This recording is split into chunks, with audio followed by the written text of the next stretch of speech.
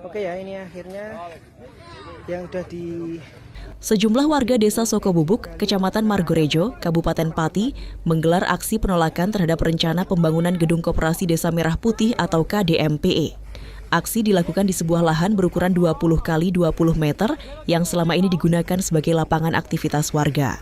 Dalam aksi tersebut, warga membentangkan spanduk penolakan dan melakukan aksi simbolis dengan menguruk kembali tanah yang sebelumnya telah dikeruk oleh pihak pengembang. Salah satu warga, Sulistiono, menegaskan bahwa lapangan tersebut memiliki peran penting bagi kehidupan sosial masyarakat. Ia menyebut, lapangan ini kerap digunakan untuk kegiatan anak sekolah, acara masyarakat, peringatan Hari Kemerdekaan, hingga tradisi sedekah bumi.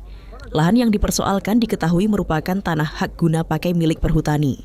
Selama ini, area tersebut dimanfaatkan warga untuk berbagai kegiatan, mulai dari olahraga, keagamaan, kebudayaan, hingga pertemuan sosial. Meski sebelumnya telah dilakukan audiensi antara warga, tokoh masyarakat, hingga perangkat desa, namun belum tercapai kesepakatan terkait rencana pembangunan tersebut. Sebagian warga pun tetap bersikeras mempertahankan fungsi lapangan agar tidak dialihfungsikan.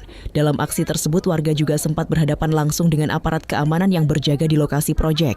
Sementara itu, Kepala Desa Sokobubuk Saman menyatakan pihak pemerintah desa berada dalam posisi yang sulit.